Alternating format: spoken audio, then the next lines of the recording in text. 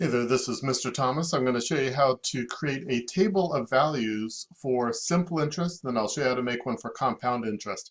So we're going to assume a $10,000 initial investment with interest of 5%, that is simple interest. So that means that all the interest is computed only off of the starting investment value, which is $10,000. So my calculation for figuring out how much I have at the end of year one is to take my starting value, which is $10,000.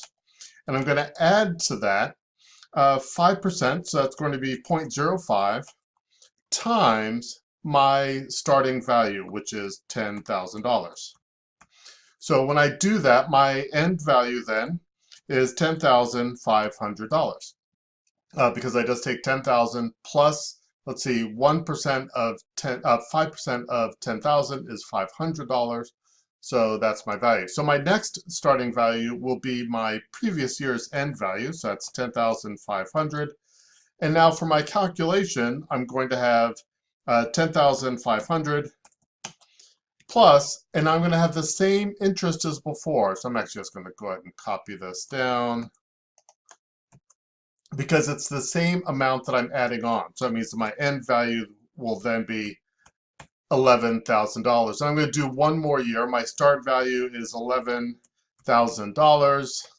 And actually, I'm going to go ahead and add in my dollar sign here. And my calculation then is going to be $11,000. And then it's going to be plus the same amount as before. So I'm just going to go ahead and add that on there. And that gets me to $11,500. So that's how I compute simple interest. I take my previous year's value and I just add on the same amount, which is my interest times my initial investment. Now to move on to compound interest. Here I'm going to also do a few years of this. My start value is going to be the same as what I had before, so that's going to be $10,000.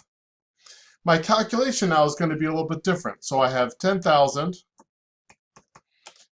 And this time, I'm going to, for the first year, it's going to look very similar because I'm still going to have 5% of my initial value, which is $10,000. And that equals $10,500. So in the first year, it looks just the same. Second year is when it changes. So in year two, my starting value, let's see, is $10,500.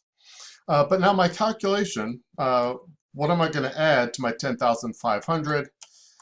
Now I'm going to add on 5% times my previous value. So now that's going to be $10,500, which gives me a different next value. So my new interest then is $525. So that means that I have $11,025. So that's what I have at the end of year two. And now I'll do one more. So my beginning value is $11,025. My calculation, I start off with the same value, my same starting value, plus 5% of, now I need to take 5% of 11,025.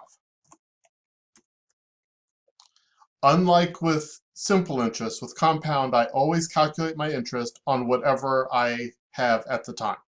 So I add that in there, and my ending value then of 5% of 1125 is going to be a bit more. So I have 11,576 and 25 cents.